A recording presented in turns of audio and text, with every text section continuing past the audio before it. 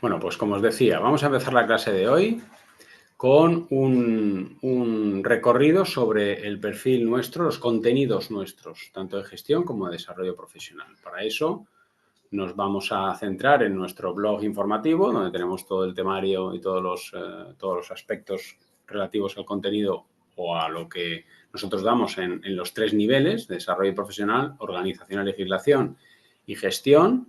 Y particularmente veremos lo que atañe, evidentemente, a nivel 3. Como veis, estos son los contenidos de los que se supone que tenemos que conocer por lo menos las nociones básicas, ¿no? En cuanto a la gestión y fiscalidad del deporte, ¿vale? Son 8 apartados muy básicos.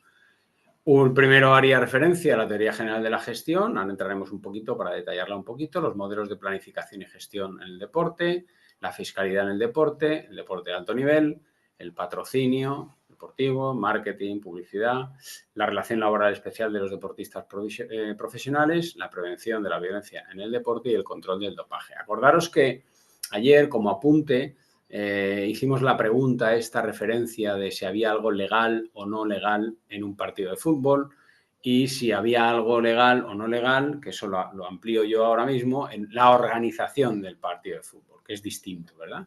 Dijimos que en un partido de fútbol, pues lo que hay son cuestiones reglamentarias, mientras que en la organización del partido de fútbol hay aspectos legales que tenemos que cumplir. Por ejemplo, pusimos el ejemplo de un espectador que lanza una botella, un objeto contundente al campo de fútbol. Pues eso es un acto ilegal, ¿de acuerdo? Regulado por ley. Mientras que el hecho de que un jugador le pegue un puñetazo a otro, que no es evidentemente una patada porque el fútbol se juega con los pies, sigue siendo un acto antirreglamentario, no ilegal, ¿de acuerdo? Pues ese era el matiz que teníamos. Y es que esos dos ejemplos reflejan la mezcolanza de normas que hay en el fútbol español, tanto normas deportivas estatales, normas deportivas públicas, como normas deportivas privadas que son propias de la federación, ¿de acuerdo? Propias de la organización del juego, la organización de la competición. Bueno, pues como decía, vamos a ver estos 8 puntos muy, muy por encima. Hablamos de la teoría general de la gestión porque tradicionalmente nosotros podemos establecer una división en cuanto a cómo gestionamos el deporte, teniendo en cuenta que se ha gestionado siempre desde el punto de vista privado. Cuando entró en juego, cuando entraron en liza las administraciones públicas a gestionar el deporte, por ejemplo, los ayuntamientos, las diputaciones provinciales, particularmente en España, o las comunidades autónomas, se ha generalizado el hecho de que sea la administración la que presta el servicio deportivo a través de una entidad interpuesta. Entonces, hablamos de teoría general de gestión porque dividimos entre gestión directa y gestión indirecta en el deporte. La gestión directa es muy sencilla. La gestión directa es cuando una entidad directamente administra todo lo relativo con ese deporte. Por ejemplo, pues la Federación de Fútbol tiene gestión directa sobre sus propias competiciones, ¿vale? Porque no interviene nadie en esa gestión. Sin embargo, los ayuntamientos últimamente lo que hacen es que ceden esa gestión a otras entidades. Por ejemplo, hay pueblos pequeños donde el club es el que gestiona directamente las instalaciones, y eso es una manera de gestionar indirectamente por parte del ayuntamiento la instalación del pueblo, porque la gestiona realmente el club, ¿de acuerdo? O hay ayuntamientos que interponen entre el servicio, destinatario del servicio, y el prestador del servicio, realmente, que es el ayuntamiento, interponen una entidad para hacer una gestión de otra manera, para hacer una gestión mucho más eficaz. Por ejemplo, un patronato municipal de deportes o una fundación deportiva. En ese caso estamos hablando de gestión indirecta también, porque no es el ayuntamiento, sino que la fundación o el patronato el que se dedica a la gestión de esa instalación o de esas actividades. Pueden ser instalaciones o pueden ser actividades. Por ejemplo, actividades para la tercera edad o para los chiquillos, ¿no? Pues ese tipo de actividades se puede gestionar directamente por los municipios, por la administración, o indirectamente porque interponen o hacen intermediario a una entidad o a una empresa, ¿de acuerdo?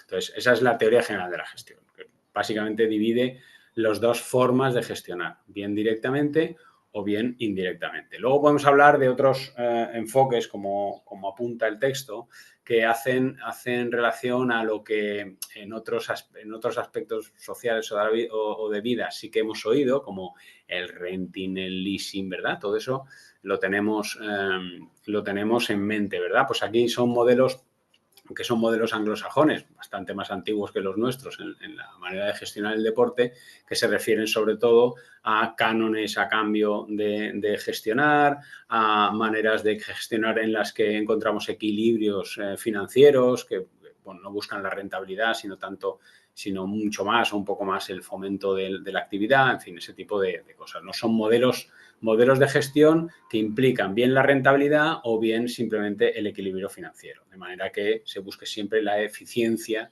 en la prestación del servicio y el objetivo claro que tiene que ser siempre el beneficio para el ciudadano, sin buscar la rentabilidad económica, ¿no? El segundo punto, que son los modelos de planificación y gestión, tiene que ver con cómo nosotros vamos a plantear desde el punto de vista empresarial, desde el punto de vista de la entidad, cómo vamos a plantear nosotros esa prestación del servicio, ¿no? Esa planificación, digamos, previsión de lo que va a pasar cuando nosotros prestemos el servicio. Por lo tanto, esos modelos de planificación lo que hacen es que nos hacen utilizar instrumentos y herramientas que son propias de ese ámbito, como los planes de viabilidad económica, como los estudios de mercado, estudios de impacto social, ese tipo de herramientas o instrumentos, los planes de mantenimiento y de revisión de las actividades, digamos, la estrategia de planificación con los métodos de evaluación y control, con la plasmación de los resultados, todo ese tipo de instrumentos que tenemos al alcance cuando planificamos algo. Bueno, pues ese tipo de cosas también lo tenemos en cuenta cuando nosotros nos dedicamos a eso, cuando nos dedicamos a la planificación deportiva y a la gestión deportiva, ¿no? A eso se refiere los modelos de planificación. Entonces, habrá algunos digamos, dedicados más a la pura intervención en el mercado, es decir, imaginemos que un ayuntamiento o un club deportivo quiere prestar un servicio y sin tener tanta importancia en el propio usuario o cliente de esa prestación de servicio que vamos a prestar o que vamos a facilitar. Por ejemplo, pensamos en el precio como algo importante y entonces nos fijamos en el estudio de mercado de precios, el estudio de precios que hacemos alrededor, ¿no? Pues ahí tenemos alrededor unos gimnasios que tienen estos precios, tenemos alrededor unas instalaciones que tienen estos precios y sin pensar, por lo menos, un poco en el servicio al ciudadano, nosotros lo primero que vamos a ver, es decir, nuestro modelo de planificación se va a basar en el precio, en la tasa, en lo que vamos a cobrar. Por tanto, todo tendrá que ir centrado en el precio que tenemos que cobrar a los ciudadanos. Tendrá que ser rentable. Bueno, pues hay otros modelos que no tienen en cuenta eso, ¿no? A lo mejor interviene también el hecho de que en nuestro modelo de gestión incluyamos la aportación pública, las subvenciones por parte de otras entidades, el patrocinio deportivo, que luego veremos que es una pieza básica dentro de la gestión deportiva, el patrocinio deportivo que nos ayuda a sufragar gastos o costos que de otra manera tendríamos que sufragar con el precio. Por tanto, nuestro enfoque ya no será el mismo, ya no será la pura rentabilidad, sino el puro equilibrio económico, ni más ni menos, ¿no? Otro aspecto que tenemos que tener en cuenta es la fiscalidad. Evidentemente, nosotros tenemos que si estamos al cargo de una empresa deportiva, pues tenemos que pagar los impuestos correspondientes. Si contratamos gente, tenemos que estar al tanto del IRPF, la Seguridad Social. Si tenemos una prestación de servicios que incluya el IVA, en fin, ese tipo de cosas también las tenemos que tener. A este respecto, yo quiero señalar que hay una diferencia básica entre bueno, pues el hecho de que estamos ante una sociedad anónima deportiva y el hecho de que estamos ante un club deportivo.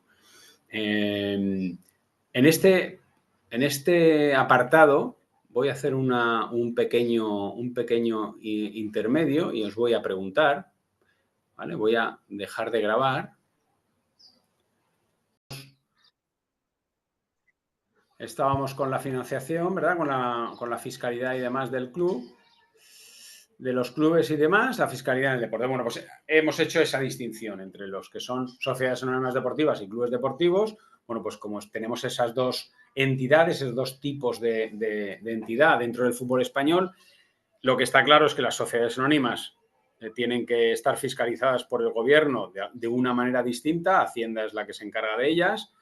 Pero además son las entidades, digamos, entidades mixtas, público-privadas mixtas que se encargan de fútbol, como la Liga Profesional y la Federación, las que también fiscalizan, intervienen en ese control. Y particularmente intervienen en el control de los clubes deportivos, que al ser asociaciones deportivas no tienen los mismos criterios de control que tiene una sociedad mercantil, como es la sociedad anónima deportiva. Bueno, pues así es, como dice el párrafo, ¿no? Que hay entidades que no tienen ánimo de lucro, porque son asociaciones, pues los clubes son sin ánimo de lucro. Como son sin ánimo de lucro, como explicaba antes a los estudiantes que estáis en clase, como son sin ánimo de lucro, no pueden repartir beneficios, ¿de acuerdo? A diferencia de los accionistas de las sociedades anónimas deportivas, que sí que reciben un beneficio por las acciones que tienen invertidas en la sociedad anónima deportiva, ¿vale? Bueno, otro aspecto que tenemos que tener en cuenta es el deporte de alto nivel y de alto rendimiento. Esta materia está enteramente regulada por el Consejo Superior de Deportes. Está regulada por ley, como veis ahí, pero quien es el administrador, quien es el gestor, quien es el regulador de este ámbito, ámbito estatal, es el Consejo Superior de Deportes. Sí que es verdad que ha dejado, digamos, competencialmente hablando, ha dejado materias que son reguladas o son directamente tratadas por las comunidades autónomas. Las comunidades autónomas también pueden establecer deportistas de alto nivel, pero generalmente no los llaman así. Por ejemplo, aquí en la Comunidad Valenciana pues tenemos deportistas de élite A o B, ¿no? Bueno, pues ya no son de alto nivel, son de élite A, de élite B. Lo hacen o de promoción. Lo hacen para distinguir terminológicamente hablando, conceptualmente hablando, de los deportistas de alto nivel regulados o tratados por el Consejo Superior de Deportes. Otras comunidades autónomas también lo hacen. Por ejemplo, Murcia los llaman deportes de rendimiento, ya no de alto rendimiento ni de alto nivel, de rendimiento lo llaman, ¿no?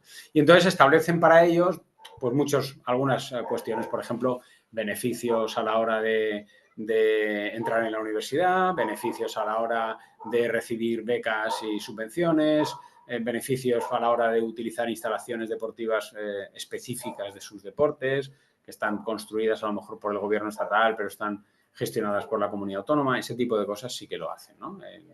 Esos aspectos más residuales del deporte de alto nivel sí que se han quedado las comunidades autónomas. Mientras que el Consejo Superior de Deportes ha asumido las competencias de los deportistas de alto nivel con representación internacional. Eso es básicamente cómo se ha quedado el panorama del deporte de alto nivel en España. Otro aspecto que teníamos que tener en cuenta, del que ya he mencionado algo, porque es una fuente de financiación de las entidades deportivas, es el patrocinio deportivo, ¿no?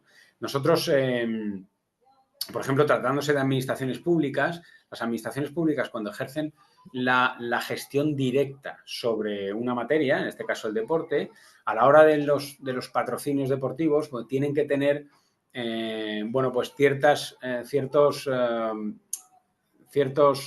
criterios de prudencia a la hora de negociar esos patrocinios, de sacar a concursos esos patrocinios, porque tienen que cumplir con lo descrito en las normativas de procedimiento administrativo común y la ley de contratos del sector público. Entonces, ese tipo de limitaciones son las que hacen que, bueno, pues muchas veces las administraciones públicas promocionan el hecho de la gestión indirecta. Pues si ya tengo a una federación, un club o una entidad o una empresa que me va a prestar el servicio, esa entidad sí que podrá gestionar el patrocinio deportivo sin problema, porque es una gestión privada, ¿no? La gestión pública tiene esos problemas.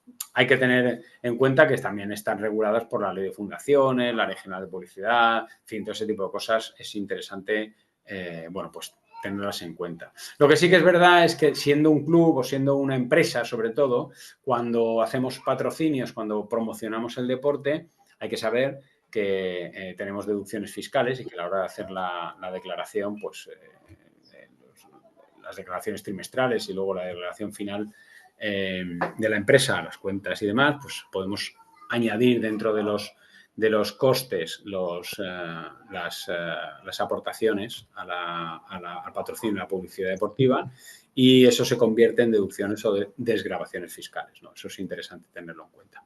Luego, como hemos apuntado antes, hay que tener en cuenta eso, que los deportistas profesionales tienen una relación laboral especial, tienen una regulación laboral especial, ¿eh? Hay un Real Decreto, el 1685, que regula ese contrato laboral deportivo, que hace mención sobre todo también a los aspectos básicos de lo que ahora llamamos el deporte profesional, ¿no? Pues estamos hablando de que en la regulación posterior a ese decreto hemos podido encontrar que se han incluido conceptos como las cláusulas de rescisión, como los contratos de alta cuantía económica, como se habla también de los derechos de imagen de los jugadores, en fin, ese tipo de cosas que ahora ya están incluidas dentro de un contrato profesional, ¿no? Y esa es la regulación especial de los deportistas profesionales. Deportistas profesionales entre los que se incluyen los entrenadores, lo digo para que lo sepáis. Es decir, un entrenador de liga profesional tiene un contrato profesional con todos estos mismos aspectos, ¿de acuerdo? A tener en cuenta.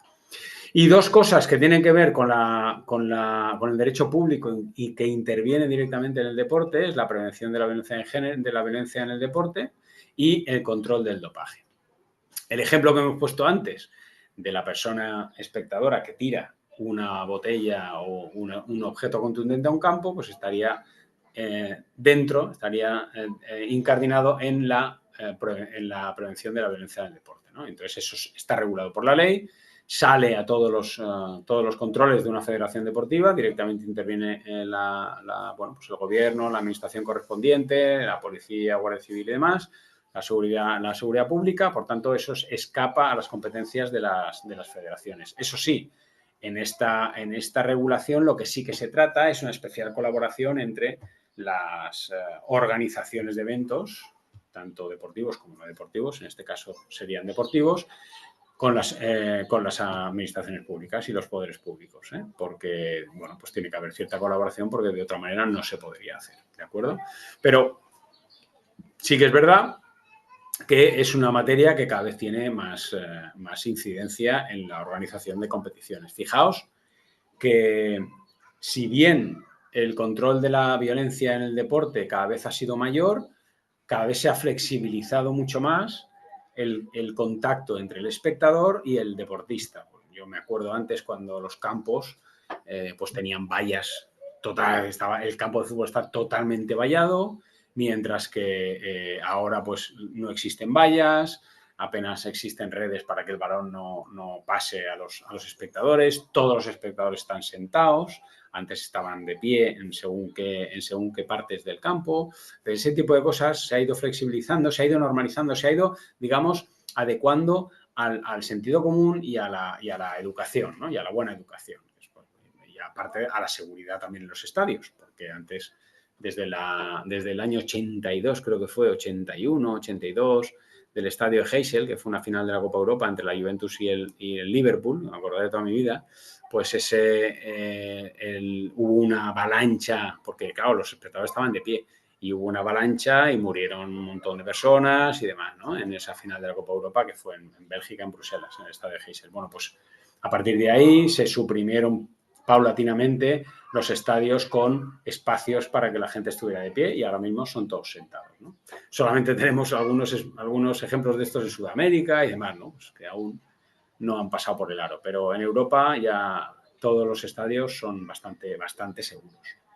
Y hay otro aspecto a tener en cuenta que interviene, y además interviene de manera muy incipiente, ¿no? muy incidente en la organización del fútbol, ¿no? Que es el control del dopaje, los controles antidoping, la obligación de los jugadores de someterse a ellos, la obligación de los jugadores de estar continuamente localizables, pasar los test, en fin, ese tipo de cosas es importante que tengamos en cuenta. Primero, que la colaboración de la federación es fundamental, que el gobierno ha tenido que regular esta materia porque así se lo imponía al final las organizaciones internacionales como el Comité Olímpico Internacional o las federaciones internacionales, en este caso sería la del fútbol, porque bueno, sin el control administrativo no se puede llegar a cabo, teniendo en cuenta que a nadie le pueden obligar a someterse a un control sanguíneo o de orina, es decir, eso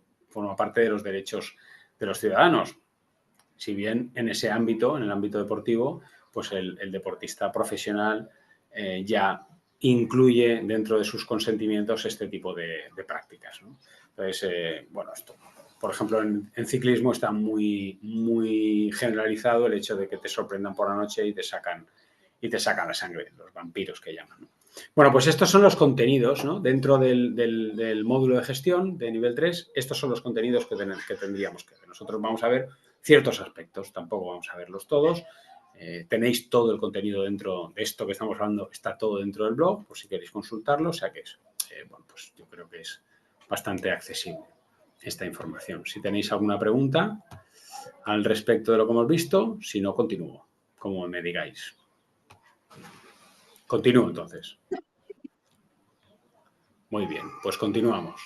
Hemos visto el contenido de gestión. Vamos a ver qué es lo que, o de qué trata, ¿verdad? El contenido de desarrollo profesional, que es el otro módulo que nosotros incluimos dentro de esta clase, de este nivel, ¿vale?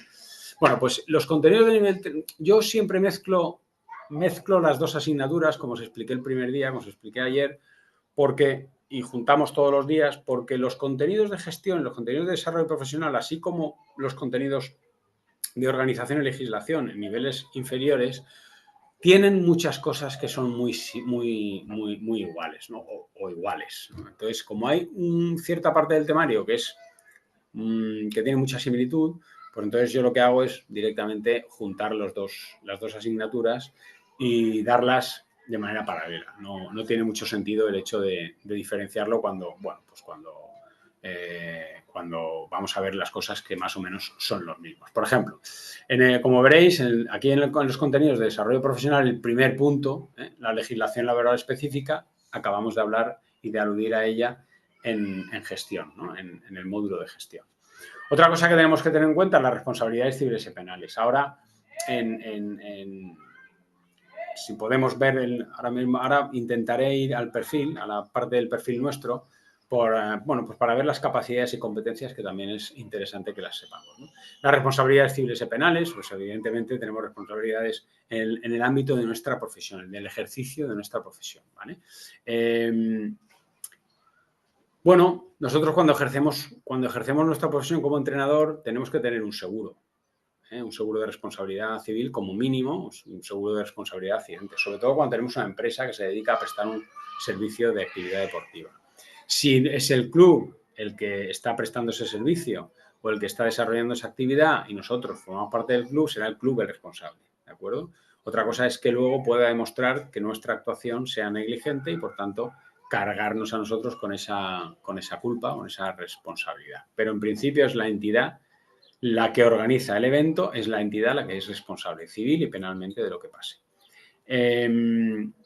Cuando nosotros somos profesionales por cuenta propia, es decir, autónomos en el ejercicio de nuestra profesión, esos seguros tienen que ir anejos a cualquier actividad que nosotros realicemos, ¿de acuerdo? Y tenemos que ser muy conscientes de las responsabilidades penales que tengamos.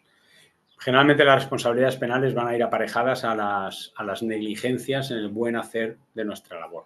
Si nosotros hacemos nuestra labor con todas las prebendas necesarias y cuidando al máximo todos los límites que tenemos o que no tenemos que pasar, pues entonces lo normal sería que no tuviéramos responsabilidad penal, ¿vale? Una duda, César, sí. con lo de las responsabilidades civiles. Con lo que has dicho, uniéndolo a lo de antes, con lo de la gestión indirecta, sí. ¿Vale? Si el ayuntamiento cede a una fundación del deporte, ¿la responsabilidad civil sería del ayuntamiento o de la fundación? No, en este caso sería mixta, sería de los dos. Es Al más, final, la fundación tiene que tener una responsabilidad civil, pero acabaría llegando al ayuntamiento, ¿verdad? ¿O sí, cómo? sí, sí, sí, llegaría al ayuntamiento. El ayuntamiento sería responsable subsidiario, que se llama. Es decir, yo, si fuera el afectado, tendría que pedir responsabilidades. En principio, si fuera directamente a juicio, pediría responsabilidades a los dos. A la que presta el servicio indirectamente, que es la fundación, en este caso me hablas, y subsidiariamente al ayuntamiento. Es decir, si no Y si a con... su vez, es que pasa aquí, si a su vez la fundación ha contratado o delega en una empresa para que gestione el servicio, o sea, iría a las tres. Iría, Exacto, exacto. Sí, sí, sí. Va siempre a las tres. Porque en este caso hay que tener en cuenta que la prestación del servicio es del ayuntamiento. por eso sí, Toda la, por eso era mi duda.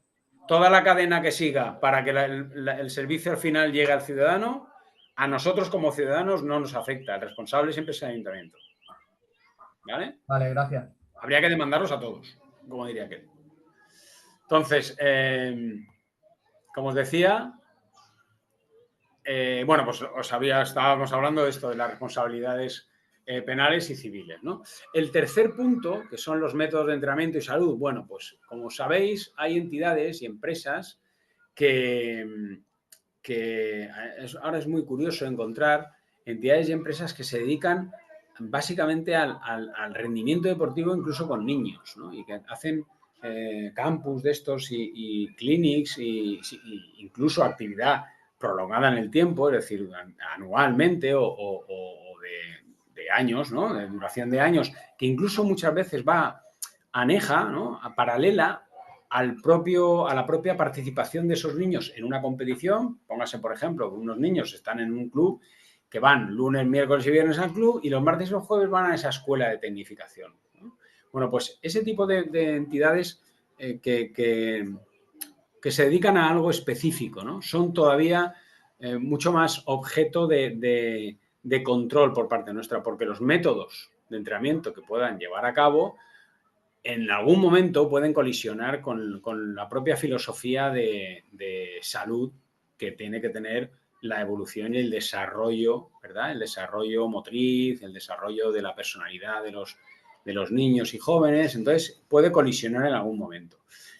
En este tipo de actividades tan concretas, tan específicas, y por otro lado, tan innovadoras y evolucionadas en cuanto a lo que se hace normalmente en los clubes, ¿no? Porque eso es lo que se pide, al final lo que se busca, tener un ámbito en el que no solamente se enseña, sino que además se tecnifica, pues hay que tener con más celo, ¿verdad? Guardado el hecho de tener una correcta salvaguarda de los riesgos que puedan tener tanto los usuarios como los trabajadores, como los entrenadores, y un control muy claro porque vamos a llegar a límites, se supone límites en el entrenamiento, límites fisiológicos, que bueno, pues pueden conllevar algún tipo de lesión o daño para nuestro cuerpo.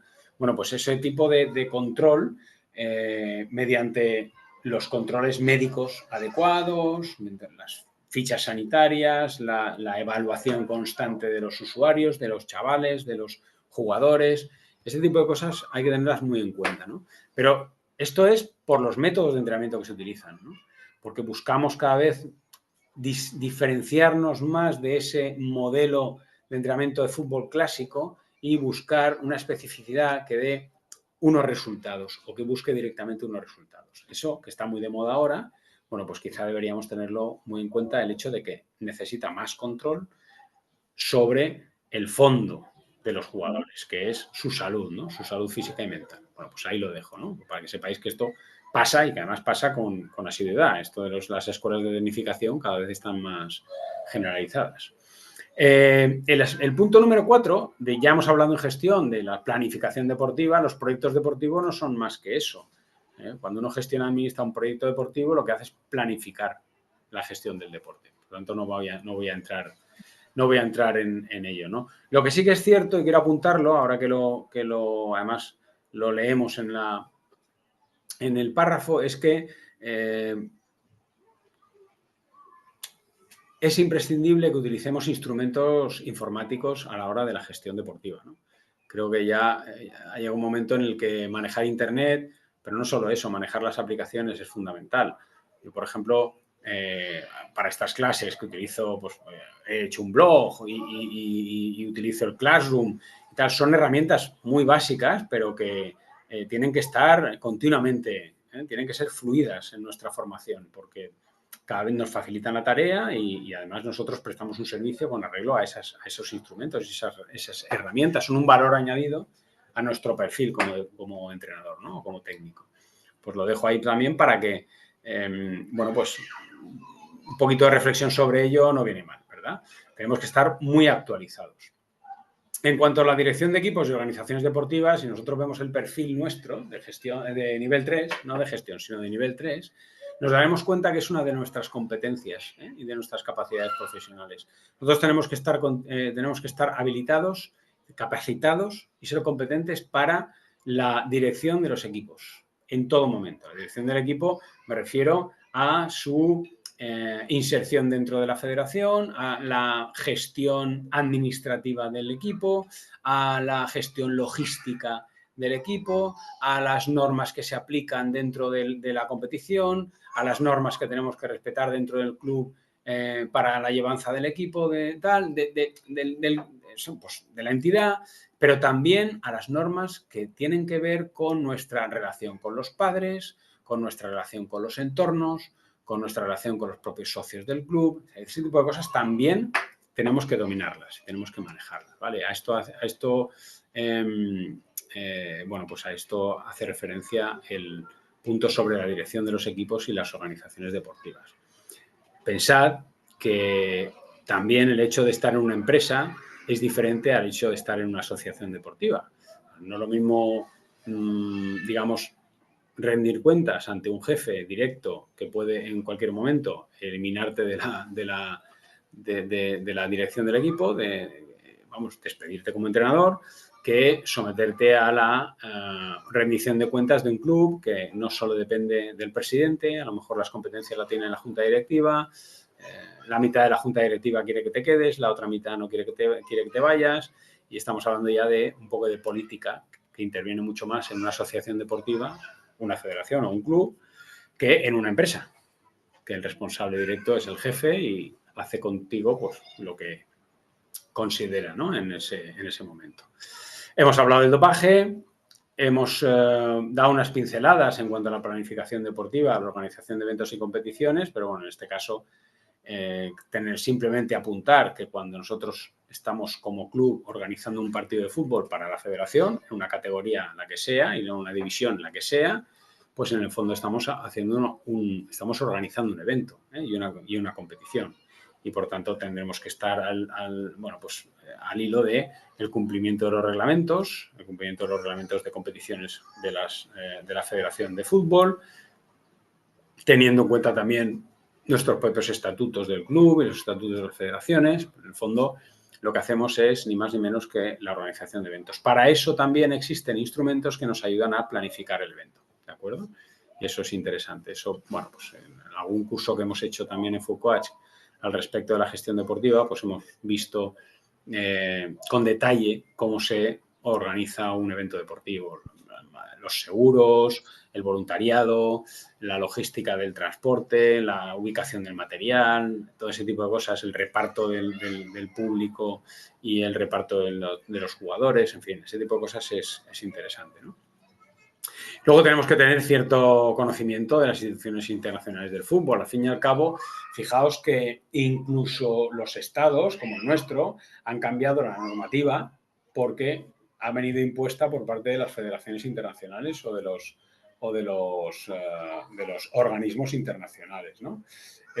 Actualmente, por ejemplo, no se fuma en los estadios. Actualmente no en alguno, no lo sé, creo que sí que se sigue bebiendo alcohol, no lo sé, pero bueno, en cualquier caso, si lo dicen las federaciones, lo eliminarán también de los estadios. Y recientemente hemos tenido un ejemplo de un cambio de norma apresurado originado por un hecho que se dio en el penalti este famoso Recordádmelo, que no me acuerdo. Penalti de... El penalti de Julián Álvarez. Ahí está, sí señor. El penalti de Julián Álvarez del Atlético de Madrid. Y la International Board, pues que es el organismo que regula las normas del fútbol, ha cambiado la norma y ahora ya pues cualquier doble toque pues tendrá su origen, o sea, tendrá que volver. Si sale fuera, creo que si entra, tiene que volver a tirar el penalti y si sale fuera, pues se considera que lo ha tirado fuera y punto. Entonces, yo leí que se tenía que repetir. Siempre. Sí, es lo que leí. Yo creo que solamente es cuando se mete gol. Pero bueno, no lo sé, ¿eh? Ahora mismo ahora ya me pillas, porque no tendría sentido que se repitiera cuando sale fuera. No tendría sentido. No lo sé. Pero bueno, el mismo sentido tendría que si entra en gol, pero a lo mejor tienes razón. Y entonces se repite de igual modo. En cualquier caso, si se demuestra que hay doble toque, lo que debería ser es no válido. Y ya está, simplemente. Pero bueno. No que claro, ahora estaba en no válido. Sí. O sea, era como fallado y yo leí que lo que iba a pasar es que se volvía a repetir en vez de que se anulase el... O sea, que aunque lo tiras fuera, si le pegas 2 veces, se repite. Sí, eso es lo que yo leí. Vale, porque ahora mismo, si lo hacías, cuando pasó lo de Julián Álvarez, lo que pasó es que te lo daban por fallado. Vale, eso es lo que se llama favorecer al infractor, lo sabéis, ¿no? Por ejemplo, antes, cuando tú le dabas el balón dentro del área al portero, ¿os acordáis? Cuando sacaba de puerta, si sacaba de puerta y la recibías dentro del área, se volvía a sacar. ¿Sí? Bueno, pues eso es, en el fondo, es favorecer al que infringe la norma. Porque yo, como atacante, no me veo beneficiado por una irregularidad, una situación antirreglamentaria, que es tocarla dentro del área cuando te la da el portero de saque de puerta. ¿Entendéis? De esta manera se está beneficiando al infractor. Si es el jugador el que le pega 2 veces, pues allá él. Si le pega 2 veces y entra en gol, no valdrá, será saque de puerta. Y si le pega 2 veces y sale fuera, pues la tira fuera. ¿No? Vamos, es mi opinión. Es decir, es lo más normal. Pero si no, cuando tengas duda, le pegas 2 veces y vuelves a tirar el penalti. ¿Sabes? No sé. Pensándolo como algo con mala fe, pues podrías hacerlo, ¿no? No sé. Bueno, lo que os decía, ¿no? De lo que no vamos a hablar es de la historia del fútbol, evidentemente, para eso ya podemos hablar todo lo que queramos y más, ¿no? Ahí hay todo lo que quieras. Ahí hay todo lo que quieras. Bien, vamos a hacer una cosa. Vamos a hacer un parón. Voy a pausarlo. Entonces, a partir de ahora, voy a hacer un apunte de las competencias y capacidades básicas que tenéis que tener, ¿vale? Como nivel 3. Si vamos al currículo del título, aquí el desarrollo profesional, por ejemplo, nivel 1, nivel 2 y nivel 3, ¿vale? Los contenidos, pero deberían estar las competencias. Descripción del perfil profesional, aquí está. Este nivel 2, descripción de... perdón, vamos a ver, nivel 3.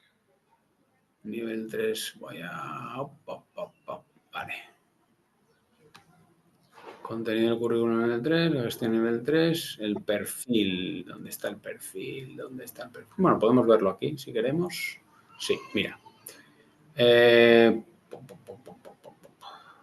Objetivos. No, este es el contenido. Objetivos, evaluación. No, esto no es. Disculpadme. ¿Dónde está el perfil de esto? Che, ¿será posible? Aquí, mira. Ya está. Descripción del perfil profesional nivel 3. Mira, para que os hagáis una idea. Vuestras unidades de competencia, ¿vale? Bueno, la descripción genérica del perfil es que el título superior, técnico deportivo superior en fútbol, acredita que puedes planificar y dirigir el entrenamiento de deportistas y equipos. O sea, no estamos hablando de que asistas a alguien, de que te ayude a alguien. Tú planificas y diriges el entrenamiento, tanto en competiciones de medio y alto nivel, ¿de acuerdo? Así como dirigir escuelas de fútbol. Por tanto, ya nos está diciendo esa descripción que nos podemos dedicar prácticamente a todo lo que atañe el entrenamiento en fútbol en cualquier ámbito en el que se dé. Nuestras unidades de competencia, que son 3, son planificar y dirigir ese entrenamiento, también la participación de los equipos en las competiciones y dirigir una sección o escuela o un departamento dentro del club, ¿vale? O dentro de la entidad. Okay. Ya nos acaba de introducir la parte de gestión pura. Gestión pura, me refiero a gestión administrativa del deporte. Dirigir un departamento, sección o escuela de fútbol implica tener tareas administrativas. Aquí, como veis, que esto lo podéis consultar si queréis, en cuanto a la descripción del perfil tenéis las capacidades profesionales, ¿verdad?, que tenemos. Y un técnico de nivel 3 tiene que ser capaz de, pues, efectuar la programación específica, dirigir el entrenamiento, dirigir el acondicionamiento físico, que es lo que hemos visto antes en la parte legal de lo que establece la titulación para según qué ámbito del deporte al que te dediques. Pues aquí sí, puedes dirigir el acondicionamiento físico de futbolistas. Pero, claro, si nos hacemos la pregunta, yo, si soy técnico deportivo superior en fútbol, ¿puedo dirigir el acondicionamiento físico de un tenista? Pues no, no podemos dirigirlo. Tendrá que ser ahora se llama TESEAS, creo, ¿no? Un TESAF. Es decir, un técnico superior, pero un técnico superior en acondicionamiento físico, no un técnico deportivo en fútbol. Para el tenis no te puedes dedicar. Dirás, bueno, pues si yo casi conozco lo mismo. Sí, pero no puedes hacerlo, ¿de acuerdo? Evaluar la actuación del deportista, ¿vale? O sea, tenemos que tener criterios de evaluación, tenemos que conocer esas herramientas, esos instrumentos. Así como valorar el rendimiento de esos deportistas, ¿no? Programación de la enseñanza, programar la enseñanza, programar la actividad ligada al desarrollo del fútbol, planificar y coordinar, garantizar la seguridad, realizar la gestión económica y administrativa de una pequeña o mediana empresa, es decir, gestión pura y dura, colaborar en el diseño y dirección técnica de las competiciones, adaptarse a los cambios tecnológicos, es decir, formarse continuamente. O sea, que queráis o no, tenéis que tener estas competencias, estas capacidades profesionales, ¿de acuerdo? ¿Dónde? Pues aquí ya sabéis dónde vamos a ejercer nuestra profesión y qué responsabilidades tenemos, como lo hemos visto antes. ¿Qué responsabilidades tenemos? Somos responsables de la planificación y dirección, del acondicionamiento físico y del entrenamiento técnico-táctico, la valoración del rendimiento de los deportistas, la dirección y seguridad de los técnicos, la dirección técnica de un departamento. Esas son nuestras responsabilidades, ¿de acuerdo? Pues eso es bueno que lo consultéis, porque este es vuestro currículo, esto es lo que describe al final qué podemos hacer, cómo lo podemos hacer y dónde lo podemos hacer, ¿de acuerdo? Y qué responsabilidades tengo. Ese es el perfil vuestro de nivel 3. Este perfil lo dice, o la ley, porque esto es un real decreto, la ley lo dice de los módulos de gestión del deporte, los módulos de psicología, los módulos de inglés, los módulos para todos. Esos son los contenidos, los módulos de inglés, de gestión, de desarrollo profesional, de fisiología, de técnico-táctica, esos son los módulos, pero este es el perfil, ¿de acuerdo? Pues esto es vuestra parte, esta es la parte que vosotros os define como tales, como técnicos superiores deportivos, ¿vale? Para que lo sepáis. Bueno, dicho esto, ha sido un inciso dentro de la planificación de la clase. Quería haceros mención también de esa, digamos, esa barbaridad de conocimientos que tenemos que tener, ¿vale? Pero un segundito porque me acaban de llamar, es que ya os digo que tenía los nanos. Bien, como os decía, es increíble el ámbito, es increíble el abanico de conocimientos que tenemos que tener si queremos ser realistas a la hora de gestionar o dirigir un club de fútbol, ¿no?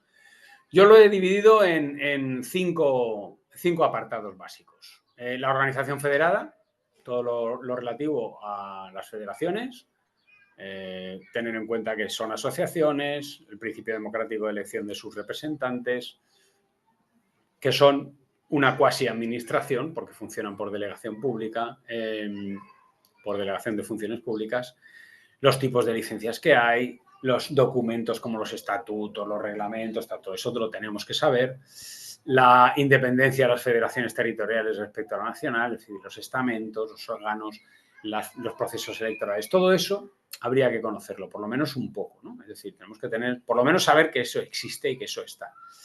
Otro de los pilares básicos dentro de la gestión y dirección de clubes, hemos hablado antes del patrocinio deportivo, pero para mí yo creo que es importante el hecho de que que lo concentremos en el marketing, ¿no? Marketing del fútbol, que es mucho más allá del patrocinio deportivo. Bueno, pues esas funciones de las áreas de marketing, la publicidad, las estrategias de gestión de ese marketing, la planificación estratégica, los jugadores como elementos de marketing, como objetos propios de la prestación del servicio, la marca deportiva de nuestro club, las empresas y los clubes, los patrocinios, los principios de marketing relacional, la manera de crear valor que tiene una marca, ¿no? Bueno, pues ese tipo de cosas son muy importantes en la gestión y dirección de los clubes. Otro de los pilares básicos es vuestro perfil. No voy a entrar a detallarlo porque lo veremos en la próxima clase, ¿no? Pero vuestro perfil como entrenador o nuestro perfil como entrenador de fútbol. ¿Y qué es lo que tenemos que reunir, ¿no? ¿Qué es lo que tenemos que ser o tener? En las últimas dos partes sería conocimientos sobre organización de competiciones, evidentemente, y conocimientos sobre escuelas base, las estructuras de las escuelas base, que es importante diferenciarlas de las competiciones.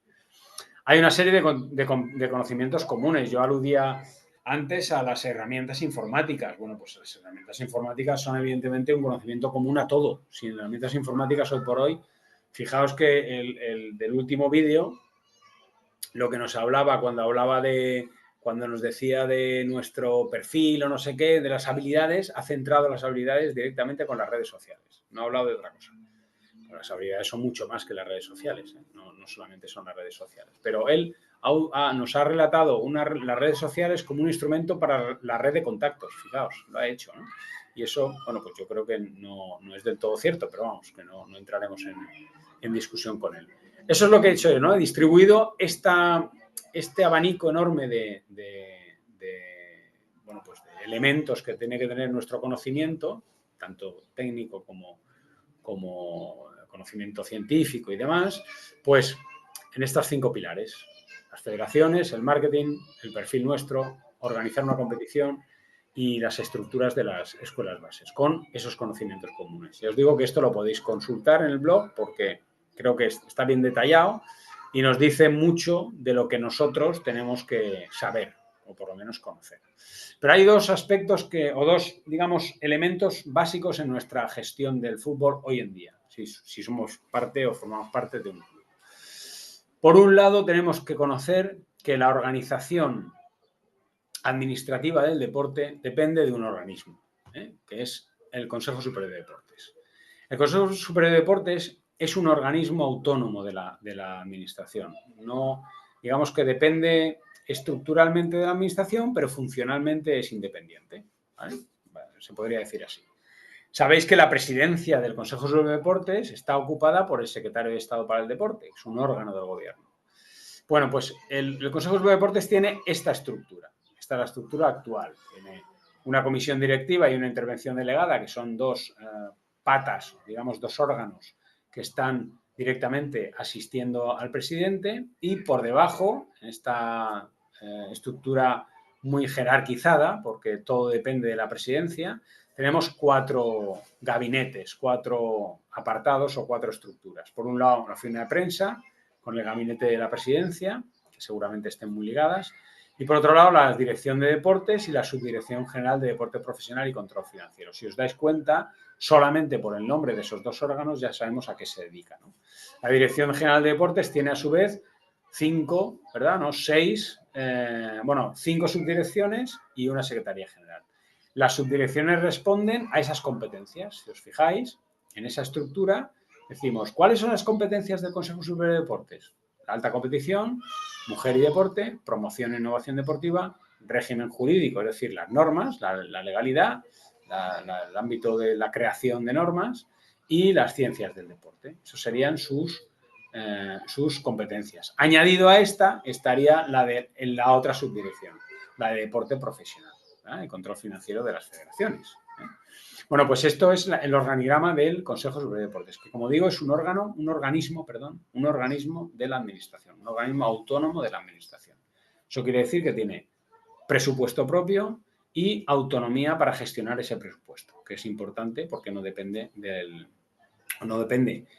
tanto como el gobierno del proceso administrativo, los límites dentro de la ley de contratos del sector público, en fin, tiene bastante más flexibilidad a la hora de manejar el dinero.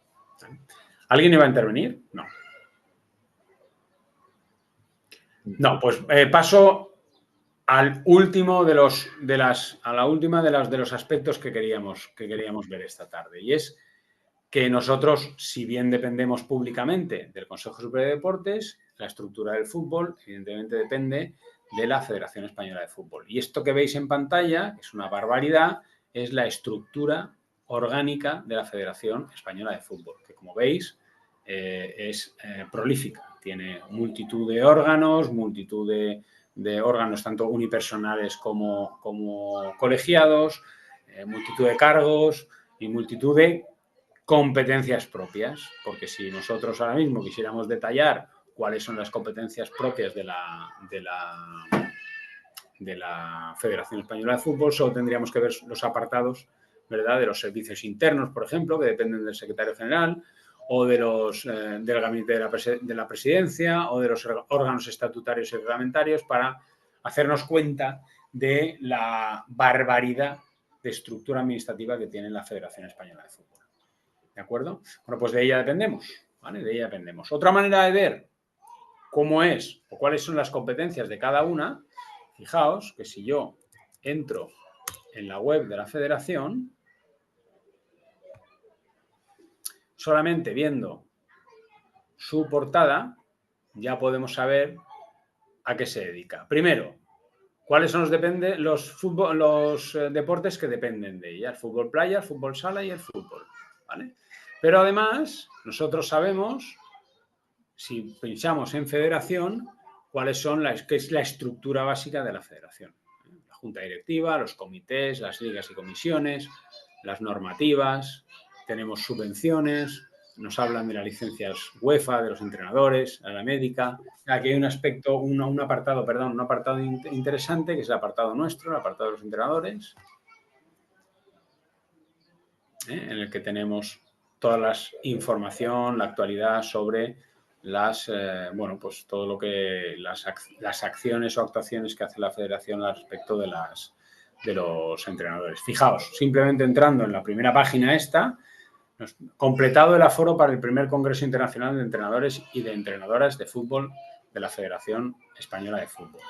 550 técnicos asistirán. Eso forma parte de la red de contactos. O sea, si uno quiere estar formado continuamente, si quiere estar involucrado dentro de lo que se hace en la Federación, si uno quiere estar en contacto con otros profesionales del ámbito, pues tiene que participar en todo este tipo de foros, como en este caso, pues un congreso internacional, pero seguro que hay más, ¿no? Bueno, pues básicamente es eso. Básicamente nosotros tenemos que tener en cuenta todo el contenido de los dos módulos. Básicamente sabemos que de la administración dependemos del consejo, que no tiene una estructura muy amplia, ¿vale? Y privadamente dependemos de la Federación Española de Fútbol, que sí, como habéis visto, tiene una estructura enormemente amplia. Y hemos visto, aunque por encima, pero hemos visto las áreas de la gestión y dirección deportiva, que son, como habéis visto, de un abanico enorme de conocimientos que debemos saber o que debemos conocer o debemos tener en cuenta a la hora de gestionar una entidad deportiva. A este respecto, yo creo que hemos terminado la clase de hoy y ahora voy a dejar de grabar y pasamos a los ruegos y preguntas, como diría aquel. Detenemos la grabación.